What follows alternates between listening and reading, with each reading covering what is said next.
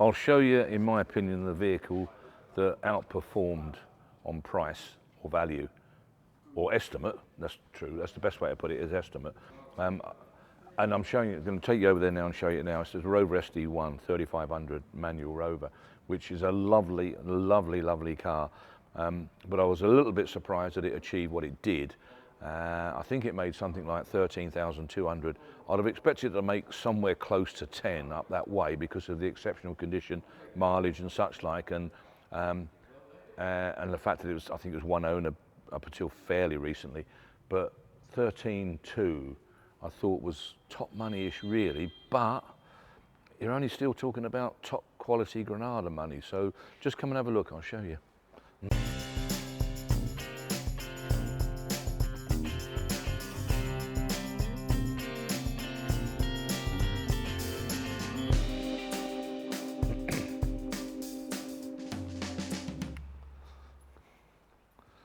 Now this is the car.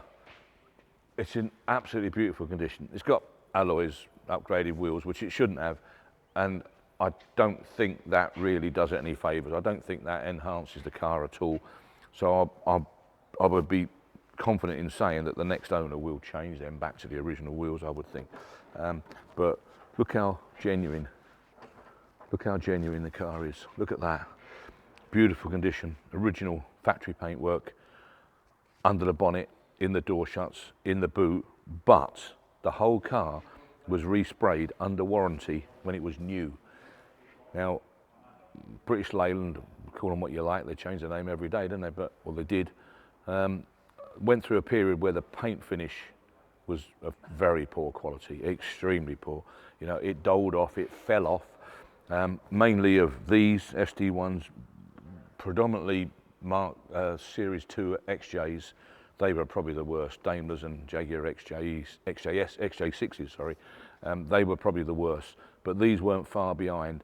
So basically they came out the factory with such an atrocious paint job.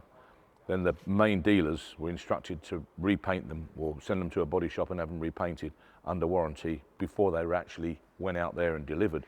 I know some did get delivered, and customers, I'm sure, complained straight away, but most of them were picked up on PDI, and they were so poor they were sent straight out to a local paint shop, or if they were lucky enough to have an in-house paint shop, and they were completely repainted, and this is one of them. I do remember years ago speaking to the family of the chap that bought it new, and they confirmed that, because I could see it had been done, but I could see it had been done so many years ago. It's always nice to have a little bit of background, and they confirm that.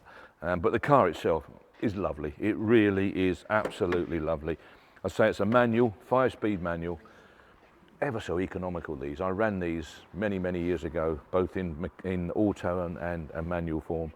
And this on a reasonable run, not even a long run, but a reasonable run would return to 32 to the gallon out of a 3.5 litre V8, which is pretty good when you think about it. But the car smells right, absolutely dead right. That smells like a 18-month-old SD1. This all adds to it, in my opinion. I go by smell an awful lot. I know a lot of people do, and quite rightly so. It's very, very, very important to actually do that. The Vela interior is a strange thing. Now, even though it's done low mileage, and it's in the condition it is, look at the back seat, look how that material stretches. And it's not as though it's had lots of people sat in the back seat, it hasn't, but that's how this material went. And British Leyland stayed with it for ages and ages and ages. And all you can do with that really is to wet vac it, even if it's not dirty, just wet vac it. So in other words, you wet it, it shrinks, and it's fine again for a while, until you start sitting in it and using it again, and the same thing happens. That's the result of it. But the car itself is really lovely.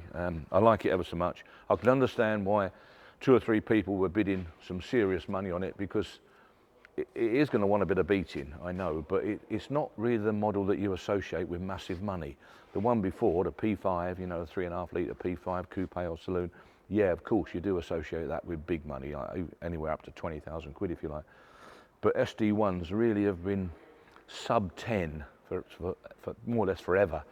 You get the odd occasional one like a Van Pla that is totally exceptional, might just surprise you, but for a sort of a basic standard 3.5 litre manual SD1, this is exceptional, and consequently it's generated an exceptional price. Hopefully everyone's going to be very happy with it. I know it's been very, very good to Paul. It's his company car and had it for a long, long time. So I'm a bit surprised he sold it, to be honest. In fact, he's left his hat in there, look. He'd probably want that out before it goes. Or it might be Angela's hat, I'm not too sure. So there you are. That is the surprise. To me, that's the surprise of the sale. To other people, there'll be something completely different, I know, but this did surprise me nicely. But I know full well that the new owner is going to be very, very pleased with it. He'll be enamoured with this when he sees this, I'm sure, because it speaks for itself. Look how good it is. It is just how you want to buy a car. Not restored, largely original, not over prepared and presented, just a well looked after, straight off the street type car that's been cared for and kept clean. You can't go wrong with something like that. So consequently, that's what it done. So that's the surprise.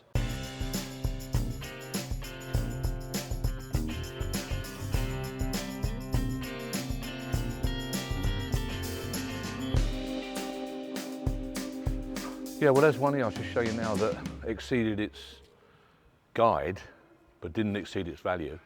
The Tomaso, as you can see, which, I mean, to be honest, I think you could easily say it's an ugly bloody thing, to be perfectly truthful, but it's supply and demand, I suppose. It's a rarity. It's got the makings, obviously, of a very nice car. Clearly, it's going to want painting. I've heard it run. Engine sounds magnificent, although it's very noisy, exhaust and such like. But what a rare car. I think it was guided at somewhere between 6 and 10 or some daft money, really, which was really silly money. Basically, that's breaker money. So I honestly don't know why it was guided down there, but it probably followed the estimate. Personally, I think it should have been offered with no reserve, in my opinion. But anyway, it was guided. The result is, I think it made probably 3 times the 6,000. There you go, 18,700, yeah, which it should have done. It should have done, really. It was, the car, without question, as it sits there now, is worth somewhere between 15 and 20. So it made bang on its money, absolutely bang on its money. Because that looking nice, painted, on the road, obviously running, starting, driving well, is probably a £35,000 car, possibly some more. Could do 45,000. Depends who's got it, how he markets it, where it goes. It will probably make a lot more money. There we are. Look at that. It will probably make a lot more money in the States than it will anywhere else in the United States, because that's where most of them went, I gather. But what a big old unit that. And do you know what? The strange thing is, big old power unit like that will be really, really economical. It's amazing what they'll do. That'll probably do 20 to 25 to the gallon, that car. Because of that great big sort of slow revving, lumbering V8. Marvellous, really. So there you are. It's clearly stood around for a long time. But the interior is extremely good. In fact, the interior actually smells really nice. The interior smells like a really good, not worn out, lightly used Shadow, because that's exactly what the interior is. It's like Rolls-Royce Shadow type interior. So it's actually quite a car, really. Take no notice of me, the fact that I think it's ugly, it's got nothing to do with it. It was stylish in its day, and it was clearly produced in the days when wedge was king. The cars were wedge, simple as that. Everything went wedge, TR7, Austin Princess and such like. They're the basic examples, of course, but even the exotic stuff, Lotus, Excels, Esprits, all went wedgy, and Aston Martin, same thing. So it just followed them, and this is the result. But the rarity and the fact that it's so desirable, really was the factor in it achieving 3 times its guide at over £18,000. It wouldn't have surprised me if it had gone on and made over 20, but it certainly needs to be north of 15.